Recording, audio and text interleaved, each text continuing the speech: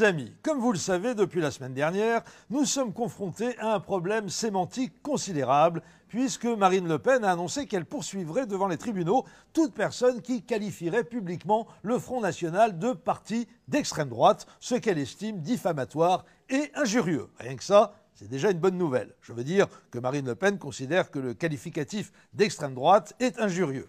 Ce louable début de prise de conscience mérite assurément qu'on l'encourage en évitant autant que possible de heurter la sensibilité naissante de Marine au caractère infamant que recouvre un tel positionnement sur l'échiquier politique.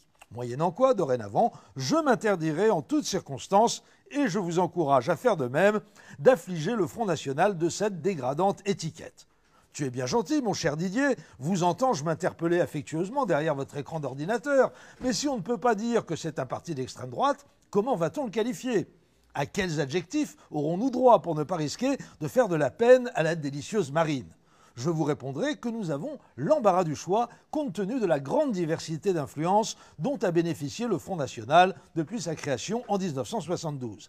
Une création que l'on doit notamment aux dirigeants du mouvement Ordre Nouveau qui se réclamaient haut et fort du MSI italien regroupant les nostalgiques de Mussolini. D'ailleurs, le logo tricolore du FN est la copie conforme de celui du MSI avec du bleu à la place du vert.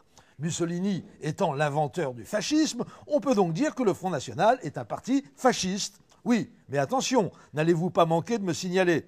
Parmi les fondateurs du FN, il y avait aussi d'anciens membres du parti franciste et de la division Charlemagne de Waffen-SS.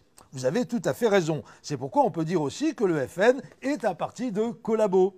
Et les anciens de l'OS, allez-vous vous empresser d'ajouter pour essayer de m'embarrasser? Eux aussi, ils étaient de la fête. J'allais en parler. Donc on peut aussi dire que le FN est un parti de factieux, de terroristes et d'assassins de femmes et d'enfants innocents. En revanche, même après avoir rappelé la mort en 1978 dans un attentat à la voiture piégée du numéro 2 du FN François Duprat, fortement suspecté d'avoir été l'informateur de la DST, il serait abusif de déclarer que le FN est un parti d'indique, on n'a pas la preuve. Même chose à propos du rôle exact du sous-lieutenant Le Pen dans la fameuse Villa des Roses à Alger. On n'est pas certain qu'il ait lui-même actionné la manivelle de la GIGN, donc on s'abstiendra de qualifier le Front National de parti de tortionnaire. Par contre, on n'a aucun doute sur la manière dont s'y est pris Jean-Marie Le Pen pour devenir multimillionnaire, propriétaire d'un château à Saint-Cloud et roulant en Rolls, par la captation d'héritage de sympathisants séniles ou en état de faiblesse, principalement le malheureux héritier des ciments Lambert, au chevet duquel le très compatissant Jean-Marie envoya sa très blonde épouse de l'époque et future playmate du magazine Playboy pour qu'elle l'assiste de ses soins attentifs dans son agonie et surtout pendant la rédaction de son testament. Moyennant quoi, on peut dire sans risquer de se tromper que le FN est un parti de macro.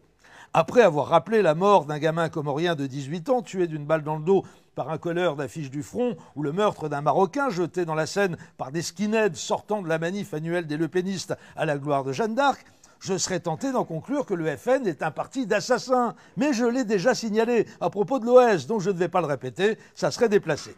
Je m'en voudrais de ne pas évoquer cette anecdote narrée par le Canard enchaîné. Nous sommes le 20 février 2003, les forces de l'ordre sont appelées à Paris pour réprimer un tapage nocturne dans le 16e arrondissement chez le dénommé Frédéric Chatillon, ancien leader du GUD et depuis peu attaché de presse de Bachar al-Assad. C'est Marine Le Pen, passablement éméchée, qui ouvre la porte à la force publique et elle s'emporte. Bousculade, cri, selon la police, elle déclara alors aux agents « Trou du cul, vous nous faites chier, il est plus facile de s'en prendre à de bons Français qu'aux bougnoules. » Fin de citation.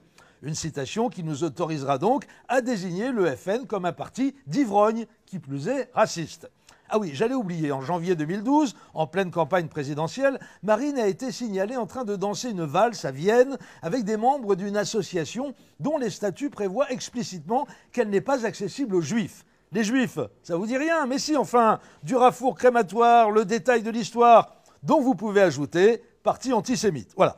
Je pense qu'on a bien fait le tour de ce casse-tête sémantique et démontré qu'on peut très bien s'abstenir de s'exposer à un procès de Marine Le Pen sans risquer pour autant de tomber en panne d'adjectifs dotés d'un réel pouvoir descriptif. Donc n'oubliez pas, le FN est un parti fasciste, de collabos, de terroristes, d'assassins, éventuellement aussi d'indiques et de tortionnaires, mais on n'a pas les preuves, de macros, de racketteurs de petits vieux, d'ivrognes racistes, d'antisémites, mais certainement pas d'extrême droite. À lundi.